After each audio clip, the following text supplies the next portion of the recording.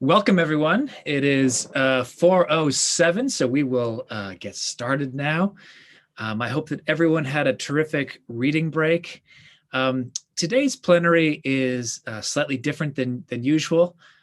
With program selection just around the corner, we thought that we would take this opportunity to talk about academic programs, all things academic programs, how you go about selecting them, what you need to do to go, what you need to bear in mind as you go about making this decision, and some important information that might help guide your decision-making process as you're thinking about what program will be the right fit for you. So we have a number of special guests today, specifically the program coordinators of all of the upper year Victoria College academic programs, who will be able to tell you about our own programs here at Vic and help you find the program that is the right fit for you. But first, we are very fortunate to be joined by our Victoria College Registrar, Yvette Ali, who will help guide us through some of the important considerations when it comes to selecting an academic program. It can be a complicated process, and no one knows more about the intricacies of this decision-making process than Yvette. So I'm really thrilled to be able to turn things over to Yvette Ali. And I'll just say by the last way of an introductory remark, what you can expect today is about 25 or so minutes from the college's registrar on this process. We will then, over the next half an hour or so, hear from each of the program coordinators. We'll then break out into breakout rooms that will pair you with whichever program you would like to learn more about. So much more to come. And for now, we will turn things over to our registrar, Yvette Ali. Over to you, Yvette. Thanks very much, Ira. And good afternoon, Vic 1 students. I so appreciate you having me here today to talk about program selection. And my goal is that by the end of today, you will feel that you have enough information to know how to go about confidently selecting programs and enrolling in programs. So thank you again for having me be here. So we're going to jump right in, and I'm going to give you an overview of what I'll be covering today. And it would be nice if it would work. Just technical issues. Here we go.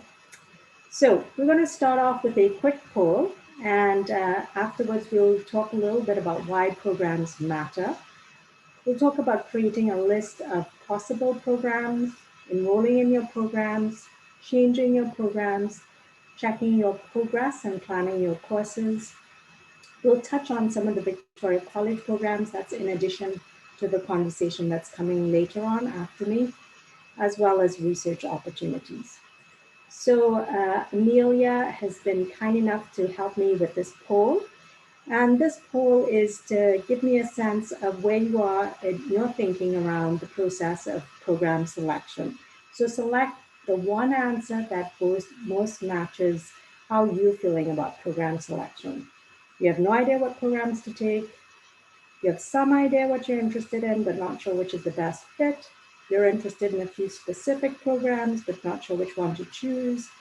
And then finally, you definitely know which programs you want to take. So that's great. This is really interesting. So it looks like, no surprise, our Vic 1 students ever prepared, that a significant portion of you already know which programs you're interested in. Some of you know which ones you want to take. So thank you very much. I think one of the things that is important to take away from this poll as well is that I know sometimes you feel that all your friends know exactly what they're going to be studying for the rest of their degree, but know that some students are on the same boat with you. So thank you. Thanks, Amelia. Okay. Yvette, so sorry to interrupt. I just wanted to let you know that we were hearing a bit of a feedback in the background. So I just wanted to bring that to your attention before we go on.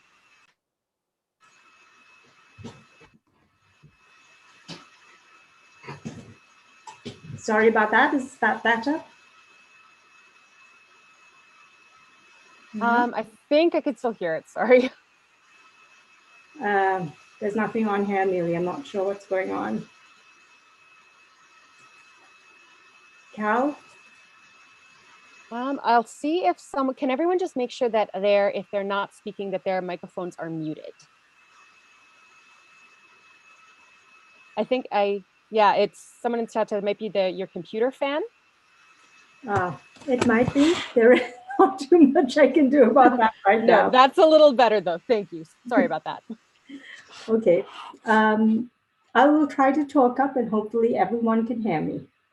If not, please let me know, perhaps in the chat. Okay, so moving right along. So let's talk a little bit about why programs matter. Programs matter because you are required to select your programs after 4 full course equivalents. And the one thing that's important to know is that also includes on admission transfer credits. So if you received any AP or IB credits, that is counted as well. You must be enrolled in your programs and as well the correct combination of programs in order for you to enroll in your courses for next year. So it's really important that you select your programs at the end of this academic term. Because you know as well as I do that any sort of delays in course selection can be problematic. So be sure that you've selected your programs at the end of this term. So that's one reason you have to select your programs. Secondly, programs matter because they help you build expertise and develop skills in specific areas, whether it's writing, quantitative reasoning, and so forth. It also gives you priority for certain courses. So when I think about departments like computer science, psychology, there are some courses that give priority to students in those programs. And of course, there are some unique opportunities that are only available for program students. So when does a program not matter as much as you might think? Carol, do folks have access to the chat? Yes, they do. Okay, so could I ask people just in 1 or 2 words to tell me when it doesn't matter as much as you think?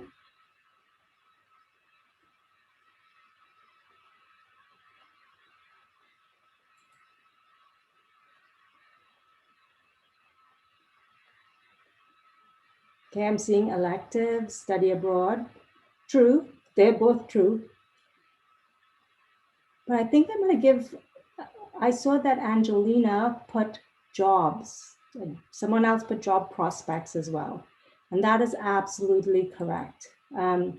It doesn't matter as much as you think in terms of your future career. So this is some information from Heko. This is an organization that looks at higher ed. And as you can see, I just picked one area of study, physical and life sciences. For the graduates of those programs, the majority of them end up working in business, finance, administration, and management. So that's not maybe what you would think by doing a physical or life sciences program. It doesn't mean that it doesn't matter. Some of the positions may be related to things like pharmaceutical research, environmental remediation, but it is in the business sector.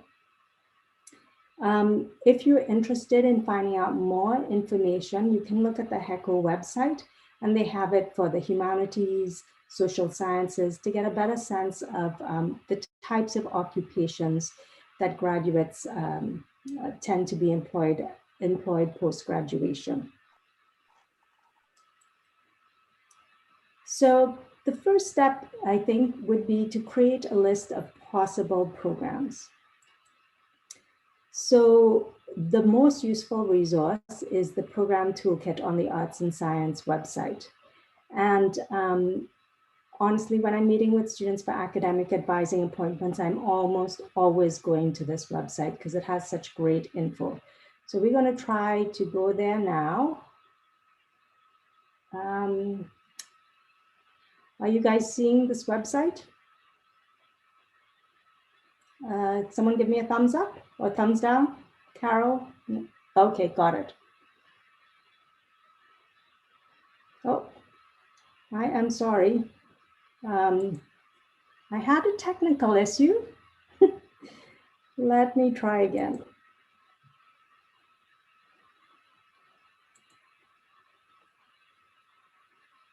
There you go.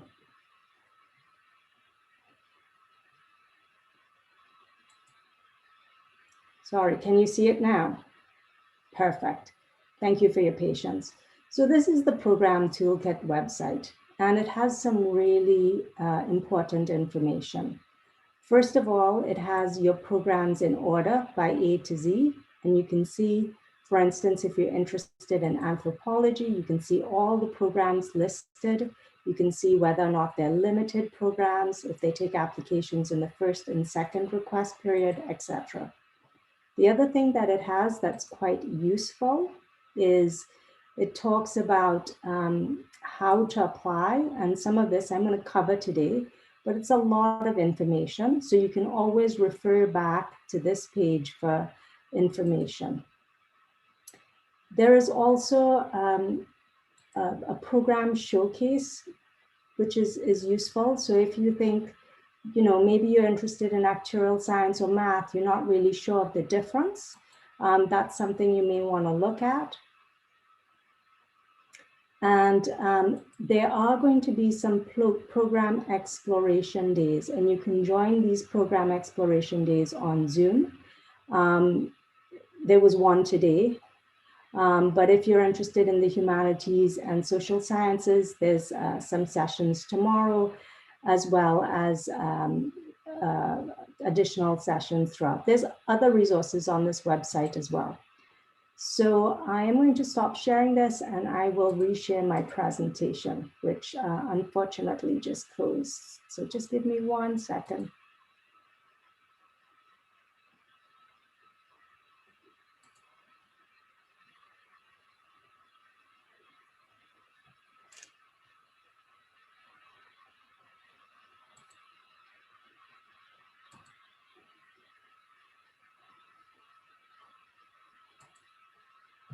Okay, so we're back on.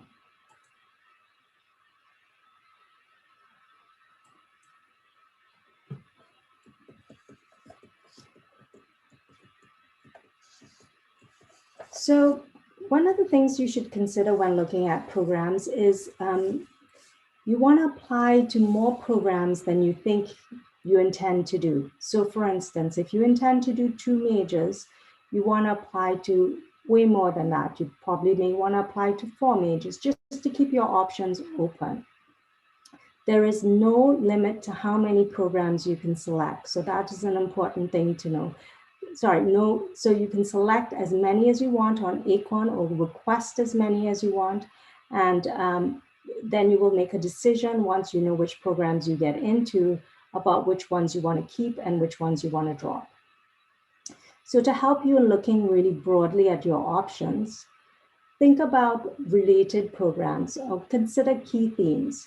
So for instance, if you're really keen on going into international relations and your interest is in communities and government, you could look at other programs like urban studies, political science, ethics, society and law, peace, conflict and justice studies, or diaspora and transnational studies.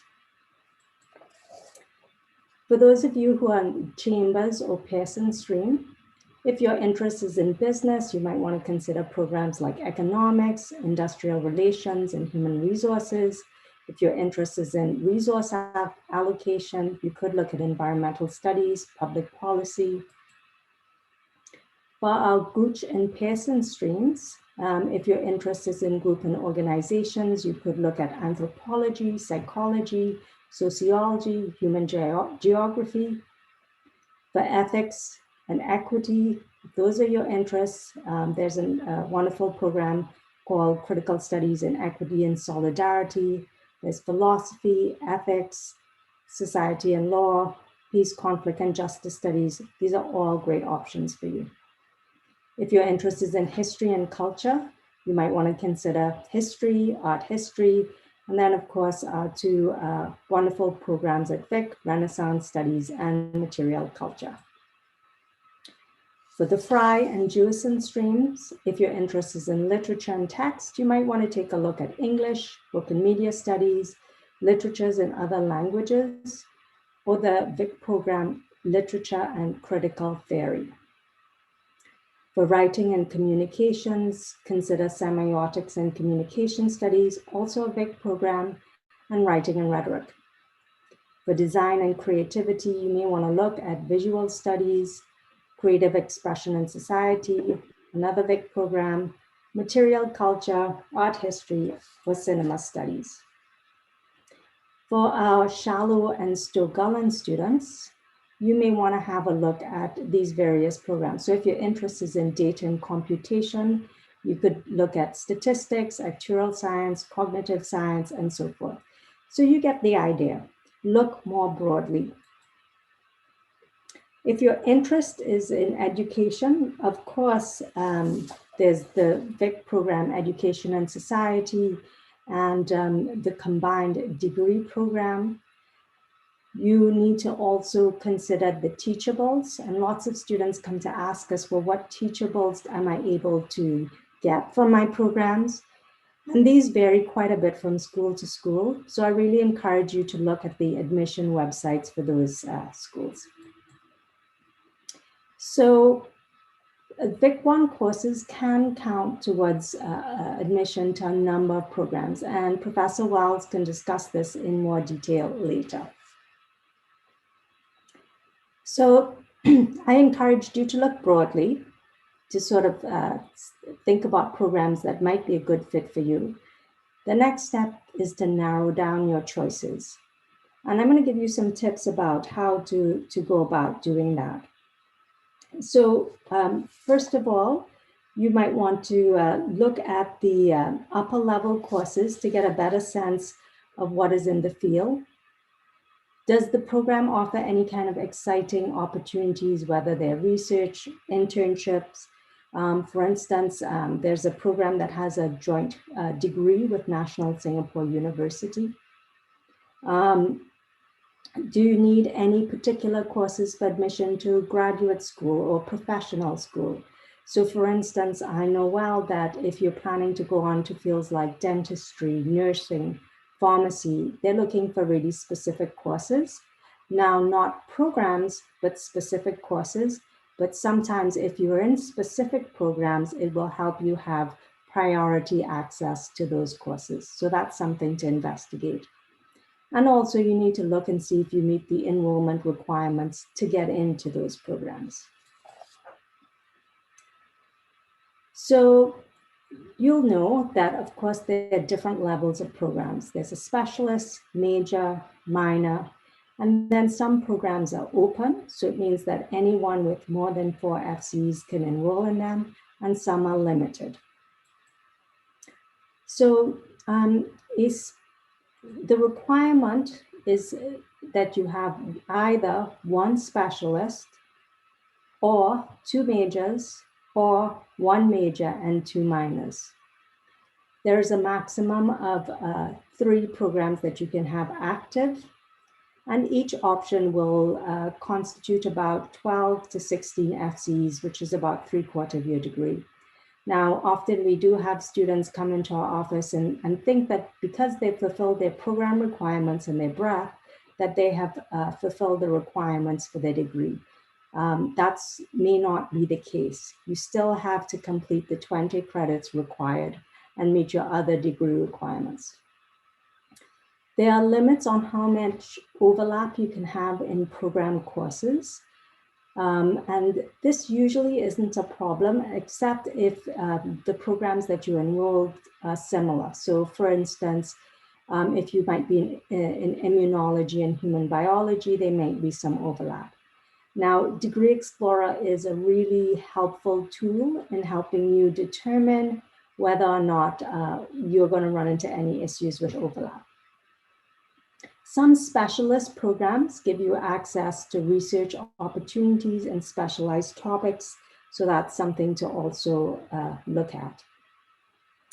We really encourage students to think about their interests and not feel restricted to stay within a particular stream. So one of the best things about being in arts and science is you can mix and match any programs. So you could do chemistry and art history. We have a student who works in our office, and she actually was a Vic 1 student, and her areas of study are math and English. So it's totally doable. And I think that having diverse programs helps to broaden your skill set.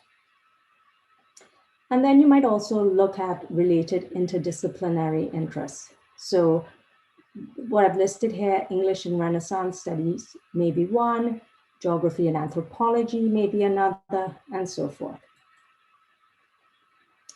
One thing to look at, and I pointed it out really quickly when we were on the program Toolkit site, was that some programs are open and some are limited. So the open enrollment programs, sometimes you'll hear them referred to as type 1 programs. You just go on to Heko and you enroll in those programs. There are no special requirements. All you need is the 4 full course equivalents. Limited enrollment programs, those are type 2, type 2L, and the L just stands for limited spaces, or type 3 programs, all require certain courses or grades to get in. The type 3 program also requires a supplementary application. And if I can, for instance, one I can think of is some of the music programs do require the supplementary information. In that case, it's an audition. One thing that I want to share with you is because a program is type 2 or type 3 doesn't mean it's better. And also because it's type 2L, meaning limited, it also doesn't mean it's better. It just means that there's specific grades to get in, or in the case of a type 2L program, it means that there are limited spaces, so the cutoff for entering is variable. So if you see in the calendar a program that says students need at least X percentage to get in, that's probably a 2L program, meaning that that's the minimum grade to get in, but you may need a higher grade depending on how many applications they receive. The other important resource when narrowing your choices is the academic calendar. And the academic calendar will outline the enrollment requirements, so what you need to get into a program, also the completion requirements. It will list as well the course listings. So one of the things that students find most helpful is being able to look at senior level courses. So let's say you are interested in philosophy and you're just not quite sure what that program entails. Click on the 200 level courses and the 300 level courses in the calendar and have a look and see what do those courses cover? Does it appeal to you? Does it not appeal to you? If it doesn't appeal to you, then maybe that isn't the right program for you and you need to look for some other options. So just to recap, first you want to look at the program listings on the program toolkit, narrow down some programs, and then look at the calendar information. So you have your short list of programs and you're now thinking about enrolling in your programs. So the first request period opens March 1, and it's open in March and April, and the results are available in May.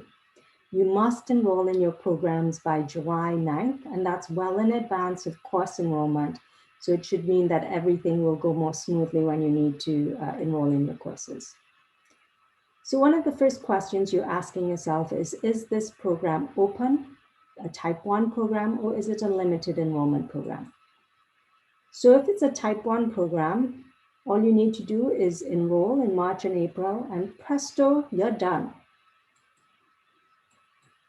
If it's a type 2, 2L program, or a type 3 program, you want to consider other program options as well that are not 2L or 3, just so that you have some parallel options available to you. So for these programs, these limited enrollment programs, you want to look and see if you will complete the enrollment requirements during the fall winter. If you will complete them during the fall winter, then you go in and you request your programs by the end of April, and you'll see your results in May. If you got in, congrats, you're all done. All you need to do is to log into Acorn and accept that program. If you don't get in, you can try again to request the program in your second year, but you need to check the calendar requirements because some of the programs require slightly different requirements for students with 8 or more credits.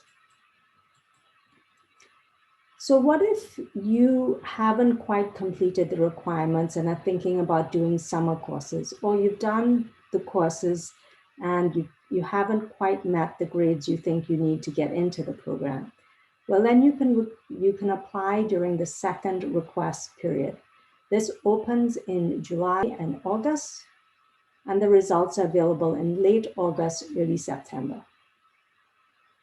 So again, if you don't complete the requirements during the fall winter, think about the second request period. So if you do the summer courses successfully, you can request the program, and if you got in, congrats, you're all set to go. If you didn't, again, you can request this program after your second year. If it's no, you requested and it was denied, the same applies. So this is the process. Now, some additional information, and this particularly applies to type 3 programs. Again, you apply on Acorn, but I really recommend you check the departmental websites. Sometimes they will send you an email with additional instructions, asking you for a written statement or an audition. So you can stay tuned for that information. You need to keep in mind that not all type 3 programs allow students to request enrollment during the second request period. So they may only be open in the first round. For programs like commerce and computer science, again, review the program toolkit or check with an advisor around the admission requirements.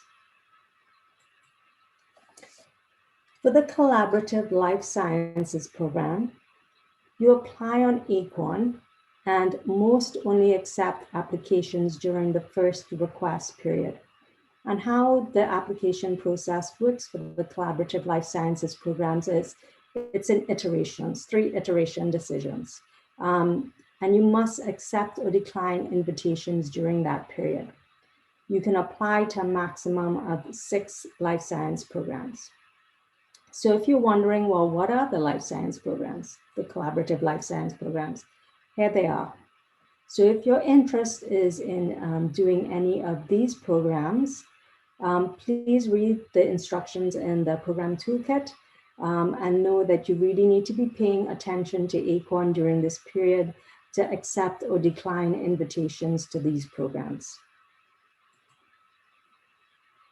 Okay, so if after today's session, you're like, oh, I think Yvette said something about this in her presentation, but I don't quite remember. She's talking so quickly and I was checking my Instagram account and I missed it. Well, have no fear, because a lot of this information and much more is available on our Quickus site. So the Vic Academic Advising Office and Registrar, we have a Quickus site with a lot of great resources on program selection and suggestions for exploring programs and alternatives. And also, if you're concerned about, what sorts of career options are available, I recommend you look at the Vic Careers and Transition Out module, Quickus module as well. So these are available to you when you log into Quickus. So if the unfortunate situation that you don't get in, maybe your grades weren't quite high enough, you can always try again. There are lots of students who don't make it into their programs of choice in their first year, who apply again after their second year, so after 8 credits. So our advice to you is to explore an alternative, because although you're trying again, you want to make sure that you're in a related program that helps keep you on track and still aligns with your area of interest. You need to look at the requirements for reapplying, because as I said, some programs have different enrollment requirements after 8 FCEs. As a last resort, you may need to retake a course to improve your grade. So the one program that comes to mind in this regard is psychology. Sometimes students do well in their first attempt at psychology, but not well enough to make it into the major program or the specialist if that's their interest. So they might retake psychology over the summer. Keep in mind, the course will be marked, your second attempt of the course will be marked as extra, and it will not count towards your total credits for your degree or your GPA, but it will count for your admission to your program. If you have any questions about moving through your degree or keeping your options open, please reach out to one of the academic advisors in the Vic Registrar and Academic Advising Office. Okay, so you've gotten there, you have a good sense, you want to check your progress and plan your courses. Degree Explorer is the best tool for doing so. So one of the things that students often don't use as much as they can is the planner function on Degree Explorer. So you can hypothetically add programs, you can hypothetically add courses, and see how long it would take you to complete your degree. There is a tab to Degree Explorer from Acorn. And this is what Degree Explorer looks like. There are some videos available on Acorn as well. So if you're not as familiar with Degree Explorer, I encourage you to have a look at those videos. So let's say, for instance, you change your mind. And you're like, oh, I really thought I wanted to do economics, and that's why I selected it as my program after my first year. But I realized actually what I'm interested in is public policy. Not to worry, again, you can apply to change your programs after your second year. I just want to caution though that if you need to change your programs, you should make a final decision by the end of your second year. If you change your programs yet again in your third year, it'll probably delay the time to graduation, depending on the programs you select. So again, the considerations are the same as we mentioned before about courses, grades, and requirements. But the other thing to think about is there are a few programs that have retroactive program fees or additional fees to complete the degree. So computer science and commerce are two that come to mind. So again, these are some of the key resources to use. A quick aside, you're welcome to reach out to our office for support. And there is the Program Enrollment Toolkit. Vic and the Academic Advising and Registrar's Office, we have a career educator. So if you want to talk through your options in terms of careers, you're more than welcome to reach out to us for an appointment. And we are doing appointments online using Microsoft Teams or Zoom, and we're available via phone or email at any time. So that is it for me. I'm just going to stop sharing my screen. Professor Wells, I don't know if we have time for any questions, or do you want to keep moving? I think that we better thank you so much for that, Yvette. We do, I should bring the program coordinators into the conversation, but that was very informative. And I think as long as we know where to go for further information, we should be fine. But that there's as Yvette said, there's no expectation that you would have taken all of this in the last 25 minutes. So do be in touch if any of that, if you have follow-up questions, and I can see from the chat that there are some follow-up questions, but we have lots of expertise in the registrar's office and in our upper year liaison officer in the office of the principal. Be in touch with your questions. And Yvette, thank you so much for that informative presentation. That was really wonderful. Thank you so much. So I'm now going to try and share my screen. I hope that you are now seeing my PowerPoint slide. So we're going to organize our breakout groups by academic program today. So if as you are listening to these short, and they will be quite short, 2 to 3 minute program specific presentations that are coming at you this half, please do add the corresponding number at the beginning of your display name, corresponding to the program that you'd like to learn more about. So I'll just put them up now. And as you hear more about each of these programs, if you would like to hear more or ask questions of the program coordinator, do put the number corresponding to the program right in your display name. So I will turn things over in a second to our first program coordinator. I'll just quickly say that, I mean, obviously deciding what program to take can feel like a momentous decision.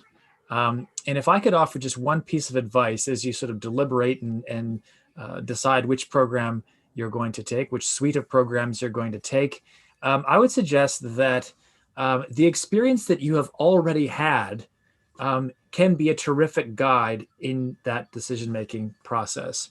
In many cases, taking a course in Vic 1, taking Vic 100 courses will not only give you a sense of what a particular program, what a particular field will look like, but it will also you will have already begun earning credit in one of those upper year programs at Victoria College. So for example, if you are in Shallow and Stowe Gullen, you've already earned 1.0 credits, one of the 4, in our Science and Society minor program, soon to be renamed Science, Technology and Society, but don't be confused there. So that's a minor program that requires 4 credits, and you will have already completed a quarter of that program by the end of your first year. If you're in the Fry or Jewison streams, you will have already completed courses contributing to our Literature and Critical Theory program. Jewison students have also, you can also use Vic 190 toward Creative Expression and Society. If you're in education, the education stream, you will have earned credit counting toward Education and Society. And Pearson students can use a credit toward Material Culture. So I won't go through all the combinations. There are many others. Many Vic 100 courses also contribute toward academic programs. So I would just emphasize that if you are a Vic 1 student, if you have taken Vic 100 courses, be aware of the fact that you are already oftentimes on your way to fulfilling program requirements in the programs that we will now be discussing. Now, no one knows more about our own Victoria College programs than our program coordinators. So in what follows, those coordinators will give you a brief snapshot in just about 3 minutes apiece of the central interests of those programs. And so it is my pleasure now to turn it over to Professor Michael Chazen, who will tell you a little bit about the Material Culture and Semiotics program. Over to you, Professor Chazen. Okay, am I coming through? Loud and clear. Okay, so welcome. Our program is really, you can think of it as a space. If you're interested in getting out of your home discipline, talking with students from other parts of the university about the nature of the material world, about the nature of the virtual world, what signs are, what materiality is, what artifacts are, how these work in museum context, and how they work in our everyday life. This is the context in which to do it. I think the excitement of our program is this chance to meet other students, to get out of a specific discipline. And I'll also mention that we have a really wonderful internship option as part of it's a minor program, so it's not a huge commitment, which places students into an institution that they find interesting. We arrange the placements in museums, and other institutions around the city. I see that it prepares you for many future directions of career, but it really gives you a chance to think broadly, see what you've been studying from a new perspective, and I think engage with one of the most kind of dynamic emerging areas of scholarship today. Thank you, Ira. Thank you so much, Professor Chazen. And if you'd like to hear more about material culture and semiotics, do add the number 1 to your name, to your display name. I will now turn things over to Professor Adam Saul, who will tell you about our Creative Expression and Society minor. Hi there. My volume is on, everything's hearing well? Excellent. So our program is really based on 2 sort of branches. One is based on workshop style craft courses, especially in creative writing, but we also dabble in some music and we're doing a little bit more with art, also with the visual arts. You know, developing your craft in the context of a small workshop and working with professional writers. The other branch of it is thinking about the artist's role in the world. How do we know what is a great work of art? How does taste get decided upon, policed? How does it change? How do questions like how does the outside world affect how art is created, and how does the artist affect what's happening in the outside world? So while we're training ourselves to be artists of one kind or another, we're also thinking more broadly about the artist's place in society and the interconnection between art and the world. So yeah, you can do all these things. Mostly what you do is really in the picture, sitting by a window, staring off into space. I think that's probably the most consistent connection to creativity in society. But I can tell you a lot more about it and which courses we're developing, how the program is growing and how we're hoping it will grow further if you come to the other group. This is not really meant to be a competition between our minors. You're welcome to sign up for more than one, but it's also true that ours is the best one. I guess a little friendly competition didn't hurt anything. Thank you so much, Professor Saul. Next, we will turn to Professor Julia Forgy and for a look at education and society. I should say, before turning it over, that if you are interested in hearing more about creative expression and society, please put the number 2 into your display name. And now I will turn things over to Professor Forgy. Thank you, Professor Wells. And Adam, I'm not so sure. Arguably, I would say education and society is the best minor. Anyway, I'm sure we all have that to say about our programs. So education and society is a minor program, and it's certainly well suited for students with a diverse number of interests, including those who want to pursue a career in teaching, curriculum development consultation, corporate and leadership training, education policy, or simply to enhance your skills and understanding in teaching and education, which can serve to benefit many professional endeavors. We have diverse students from a number of disciplines that join our program, from life sciences to humanities, liberal studies, arts, and more. And that's actually one of the unique features of the program, is it attracts such a diverse group of students. The courses range from, a course that talks about the teaching profession to a course on equity and diversity, child and adolescent development, a course on education policy in a global context. And in addition, a highly innovative component of the program is an education internship, where you're going to be working, where students, are going to be involved in a hands-on context, many of which pursue internships in schools, but other education settings are also a possibility. It's a very small group of students. We usually have between 40 and 45 students per year of the course, and you do take those courses with the same group of students for the most part. So we have a very close-knit community, and we have a number of student organizations affiliated with the program as well. I think next slide can show some of there's various things, again, you can do, just a short list.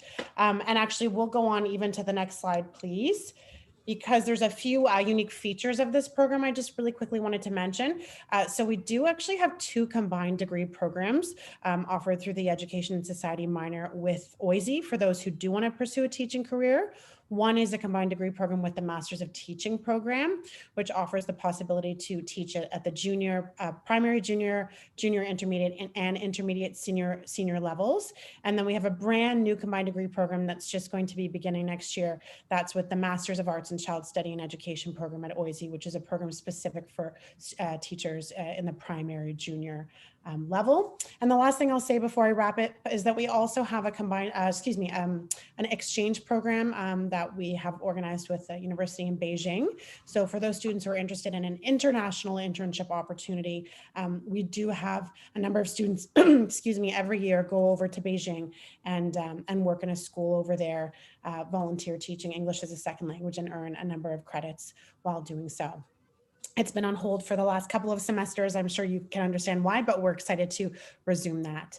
So if you're interested in Education and Society, I think you're going to add a 3 to your name for the breakout rooms, and I'll be there and happy to answer any questions you might have. Exactly. Thank you so much, Professor Forgy. Terrific introduction, and you're exactly right. Please do add 3 if you would like to hear more about Education and Society. We'll now turn it over to Professor Sean Ross. Professor Ross has the distinction of being the only program coordinator who is actually the coordinator of 2 different programs. But first, we will hear from Professor Ross with regard to literature and critical theory. Over to you, Professor Ross. Thanks very much. Yeah, well, one of the wonderful things about being a coordinator for these programs is, of course, we don't just compete with the minors, because we are in fact majors and specialists as well. So Adam, maybe one day you'll enter our echelon. But let me start with literature and critical theory. Literature and critical theory teaches students to analyze literature, film, artworks, music, and basically anything else that you might consider a text. Students in this program learn to compare works that come from various languages, though most of the classes in LCT are actually taught in English translation, but like literature and texts that also come from all over the world and from all across time. So students are taught to reflect critically on language usage, interpretive practices, philosophical and theoretical constructs, and what it means to compare works of different kinds. So practically, what does that highfalutin language mean? What are the defining features of literature and critical theory as compared to other programs, especially other literature-focused programs?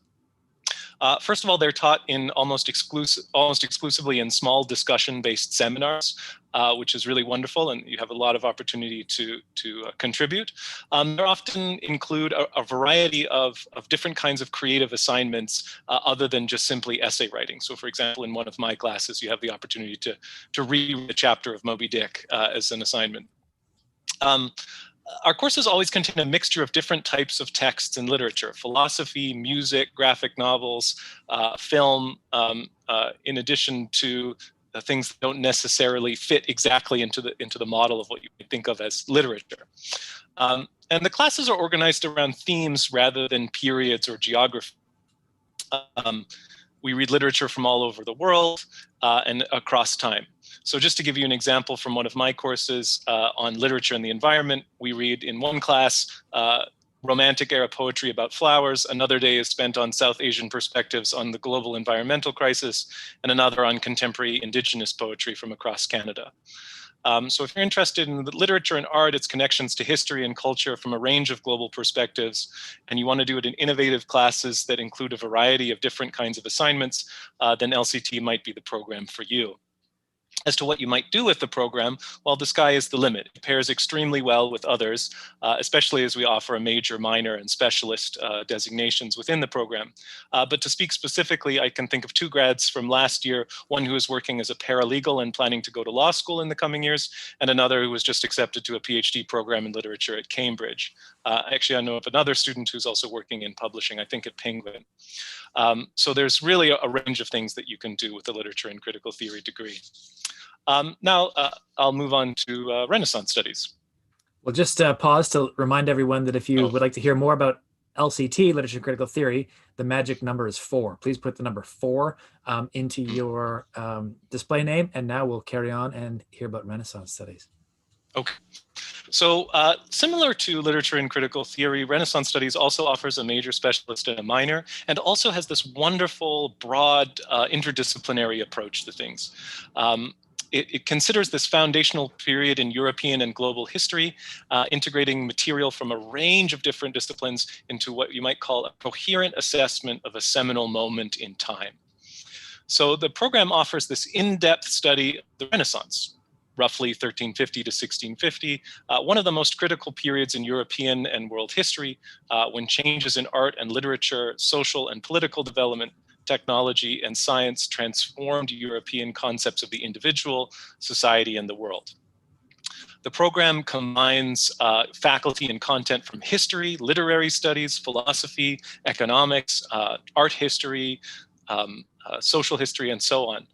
It's taught, again, also primarily in small discussion-based seminars, and Renaissance studies classes consider an exciting array of material ranging from Michelangelo's art, Machiavelli's political ideas, Shakespeare's sonnets, the history of gender and sexuality, and the origins of modern science. So if you're interested in anything, you should be interested in the Renaissance. No other program in Canada provides such a unique opportunity to develop a variety of skills in the focused analysis of a single historical period. Also, like LCT, Renaissance Studies plays extremely well with others. And without fail, students have found Renaissance Studies to be excellent preparation for life after graduation. This is often because so many of the major institutions that U of T grads long to work in, medicine, law, government, education, economics, public health, trace their origins and their philosophies to developments in the Renaissance. One graduate whose testimonial you can find linked on the YouTube channel that's promoting Vic Programs that I think Ira is going to be made available to students in this. Is that right? He worked in a law firm and is now doing a master's of public policy, said he constantly wows his employers by explaining the history and backgrounds of many of the ideas that are the day-to-day focuses of his work. So if you find yourself interested in a lot of these themes, or you have a particular verve for Renaissance art or literature, this might be the program for you. Just to give you a very brief sampling of the kinds of courses you might take, for example, the scientific worldviews of the Renaissance, taught by Professor Heko Barsegian, and which also counts towards the Science and Society program. Next year, we'll be offering a sex and gender in the Renaissance course, which I'm really excited to be reviving. Or you might take my course on the Renaissance book, where you get to play with 100-year-old books and put on your own exhibition of them. So yeah, happy to answer any more questions that you have about either the Renaissance Studies program, which should be number 5 in your display name, is that right? Or about literature and critical theory when we go to the breakout rooms. Thanks very much. Terrific. Thank you so much. My only question, Sean, is how will you be in breakout room number 5 and 4 at the same time? This I have not been told. We'll get it figured out. So that was number 4 for literature and critical theory and number 5 for Renaissance studies. And we have one more program to go. And I will now turn it over to Professor Heko Barsegian, who will tell us about science and society. Over to you, Heko. Thank you very much, Professor Wells. Hi and welcome, everyone. So I think the consensus at this stage is that this is the worst program of all, because I don't have anything interesting to say about it at this stage. All I can tell you is this. So you already know, so this meant to indicate the science and technology, and this is society. So you know that scientific research and its applications influence virtually all aspects of modern life, and this session is one example of it. And this includes how we organize our societies, how we interact with our environments, with each other, and how we perceive ourselves. What is less known is the other side of the equation, that science and technology are shaped by our economic interests, local and global politics, public opinion, ethical and religious beliefs, cultural practices. So all of this shapes how we choose our theories and shapes the content of scientific knowledge in a very serious way, as we discovered in the last 50 years. So this brings us to 2 main questions that we try to address in this program. How exactly do science and technology shape society? And how exactly does society shape science and technology. So fairly straightforward. So the goal of the minor, and this is the minor, the goal of the Science and Society program, which is soon to be renamed into Science, Technology, and Society, is to address these questions by studying the intricate relationships between science, technology, and society. And we offer a choice from a plethora of different courses, which come from very different programs, and they cover such topics as science and values, sociocultural factors in science, scientific revolutions and controversies, ethical uses of technology, biomedical ethics, science-related policy and politics. If you're interested in science funding, for instance, this is also something we cover, communication of scientific research, commercial applications of science, and everything that has to do with science and society pretty much. And so by taking this interdisciplinary approach, we offer a great selection of courses from a variety of academic fields. And if you look at the requirements on the website, you'll see there's lots of courses from a variety of programs: anthropology, biology, ecology, evolutionary biology, ethics, geography and planning, history, HPS, philosophy, psychology, women and gender studies. And this is not a comprehensive list, just a selection. So in addition, there's a whole bunch of Vic courses that many of you might already be enrolled in. I'm just going to give you these courses. And in addition to this, there's obviously, some of you already asked about and I think it's already been mentioned, the Vic 100 courses, or courses in Vic 1 programs. If you are in Stowe-Gollen or Shovel Stream, so you're already quarter way through the program pretty much after this year. And that's all I have here. So this is just a typical selection of courses that you can take to fulfill the requirements if you don't have the Vic 100. And here I'm just going to post certain information here. So if you want to get in touch with me, let's say if you're busy today, you can't make it into this session, or you want to be in another session, here is my email address. Feel free to contact me, and we will be in room 6. And thank you very much. Thank you very much, Professor Barseghyan. So the numbers again: 1 for material culture and semiotics, 2 for creative expression and society, 3 for education and society, 4 for literature and critical theory, 5 for Renaissance studies, and 6 for science and society. So I hope that everyone has had a chance to put one of those numbers into your display name. And I'm looking forward to keeping the conversation going in our breakout rooms, where we can speak with you and answer your questions in a slightly more individual way. If you have other kinds of more perhaps general questions about the Vic programs, our upper year liaison officer, Chris DeBarros, is with us today. And maybe Chris, if you want to put your email into the chat. I would encourage anyone to, if you have more general questions, to do be in touch with Chris. He's a terrific resource when it comes to exploring these programs. Thank you so much for your attention and for joining us today. I hope that that you've learned something. I hope that this process of determining a major or a specialist and minors has become a little bit less daunting. It's been terrific to connect with you, and I look forward to keeping the conversation going in the breakout rooms. So thanks again, and we will carry on from here. Amelia, is there any way of making my 2 rooms the same, or just sending both LCT and Renaissance study all to say number 5, even if they say 4? Yeah, definitely, I can do that. And I think Ira will join that group as well. You bet. Okay, perfect. So all right, I'll join Renaissance study. I'll join 5. I'll switch you over to, I'll switch everyone in Renaissance studies over to LCT. Okay.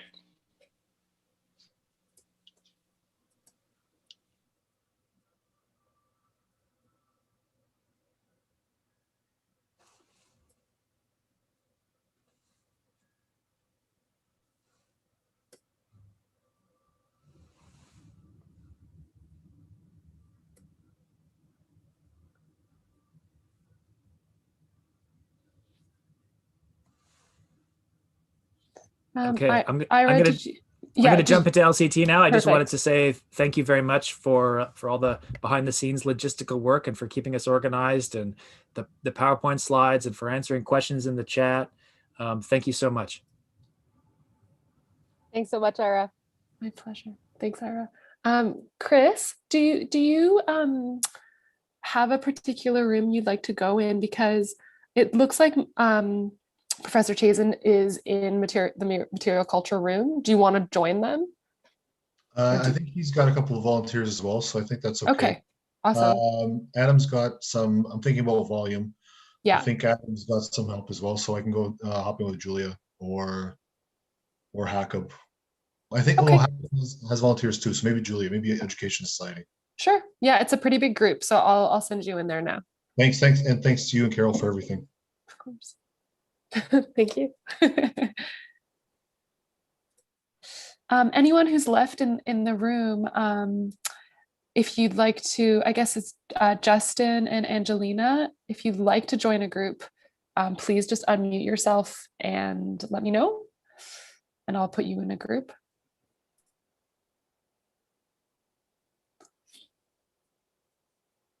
Oh, Samya, just to let you know, and Matthew as well. Hi, Maria is the other Gooch mentor, and she just I let her know that because we're doing the programs focused breakout rooms, she had to run. So I just wanted to let you know that she did sign in. And yeah, Matthew, if you are interested in joining any of the program centered breakout rooms about the Vic upper year programs, definitely we can put you in one of those if you would like, but if you need to head out early today, that's okay too. I'm good to, you can just throw me into any of the breakout rooms. That would be great. Are you interested? What are you studying? Just so that I can put you in a room that. Yeah, if you're in one of the Vic programs, we can definitely put you in the yeah, I did the Gooch program last year. I'm in international relations and economics right now. Okay.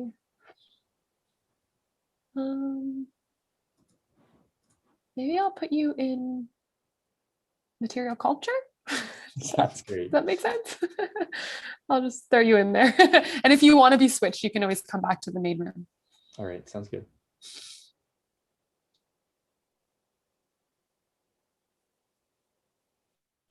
Okay, so Angelina and Justin, who are still in this group, if you can hear me and if you're still around, feel free to unmute yourself or just put in the chat a breakout room that you'd like to be put into. And if not, then in a couple of minutes, I will put you back into the waiting room. And hi, Samya and Vivian. Yeah. Hi. I don't know if you guys wanted to stick around. I mean, of course, you don't have to, but if you wanted to, there are breakout rooms also. Yeah, if either of you, if you wanted to join any of the kind of like the related breakout rooms, you totally are welcome to. But yeah, I think most of them have kind of yeah, some students already who are, in the program. So I think they've got everything covered if you need to head out. So basically just repeating what Amelia just said. That sounds good. I am actually not in any Vic programs. Like I didn't end up doing that. You didn't do Education and Society. Well, that's okay. We still love you. Yeah. I'm honorary Education and Society. Exactly. But I have an essay to write, so I'm gonna head out. Yeah, no problem. All right. Well, nice to see you. Nice to see you too. Take care. Yeah, talk to you soon. Oh, I think we could probably stop recording. Yep. And I can probably also stop